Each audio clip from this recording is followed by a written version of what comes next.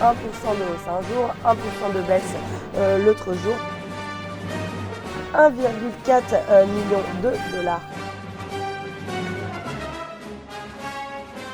Bonjour, bienvenue sur Mon Financier. Nous sommes le mercredi 9 mars et aujourd'hui, c'est jour de grève, première mobilisation en effet contre le projet de loi du travail. Alors on attend une très forte mobilisation sur 3 fronts.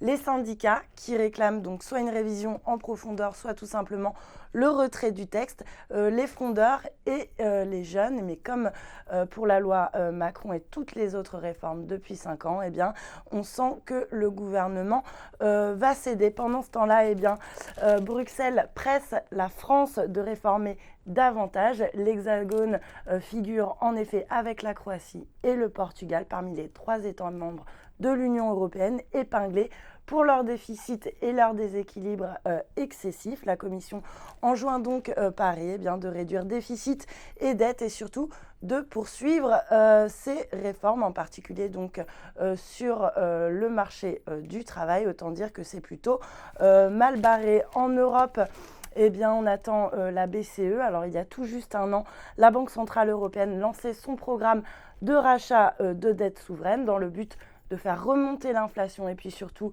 de booster l'économie. Alors un an plus tard, eh bien, le bilan est plus que mitigé selon les experts. La planche à billets a peut-être permis d'éviter la spirale de la déflation, mais l'inflation, elle, est toujours aussi basse et puis l'économie plus que molle, de quoi jeter le doute sur l'efficacité des politiques monétaires qui sont conduites depuis un an. Mais on attend quand même le messie, le sauveur de l'euro. J'ai nommé Mario Draghi, donc le président de la BCE, qui compte mettre les bouchées doubles demain. Alors au programme, on attend une augmentation justement de la taille des rachats d'actifs qui passerait donc de 60 milliards d'euros par mois aujourd'hui à 70 milliards. Et puis l'autre option, eh bien, ça serait encore une nouvelle baisse des taux de dépôt qui sont déjà en territoire négatif. Alors la BCE a encore des outils qui sont à sa disposition, mais le problème, eh bien, c'est que l'efficacité de ces politiques n'est pas garantie. Une histoire de dingue que nous raconte The Telegraph, qui révèle que Daesh spéculerait sur le marché des changes, ce qui lui a permis d'engranger près de 20 millions de dollars par mois. C'est l'équivalent du quart de ses revenus.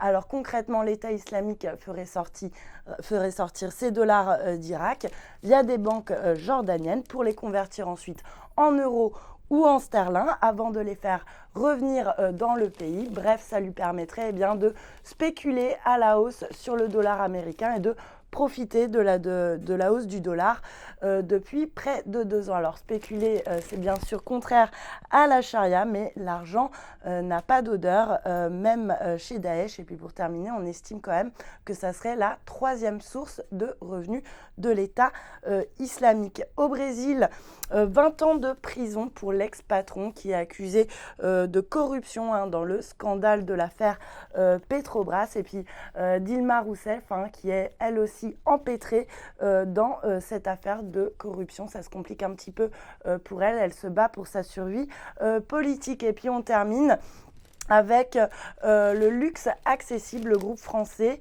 SMCP qui rassemble donc les marques Sandro, Maje et Claudie Pierlot. Alors ce groupe veut entrer en bourse dans le courant du premier semestre. Le groupe qui est sur le luxe accessible souhaite financer son expansion à l'international. On leur souhaite bonne chance en espérant que la valorisation soit raisonnable, sinon la bourse s'empressera de lui tailler un short. Voilà, merci d'avoir regardé la revue de presse. À bientôt.